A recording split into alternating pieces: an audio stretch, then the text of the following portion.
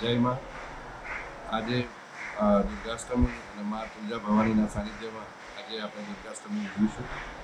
આજે વિશેષ કાર્યક્રમોમાં આજે સવારે માની આરતી સવારે 6 વાગે તથા સાથે સાથે જવારાની આરતી 8 વાગે અને ત્યારબાદ 10 વાગે હવનનો કાર્યક્રમ શરૂ થશે અને 4 વાગે એની પૂર્ણાહુતિ થશે.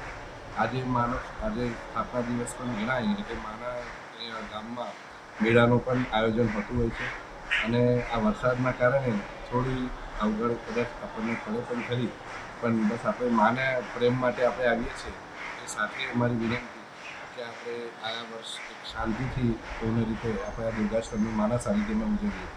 દશેરા આપણે ગુરુવારે 2 તારીખે માના સાનિધ્યમાં ઉજવીશું.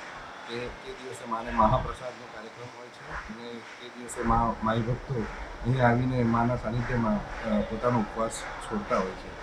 એ જ રીતે આજે આખી રાત મંદિર આજે ખુલ્લું રહેશે.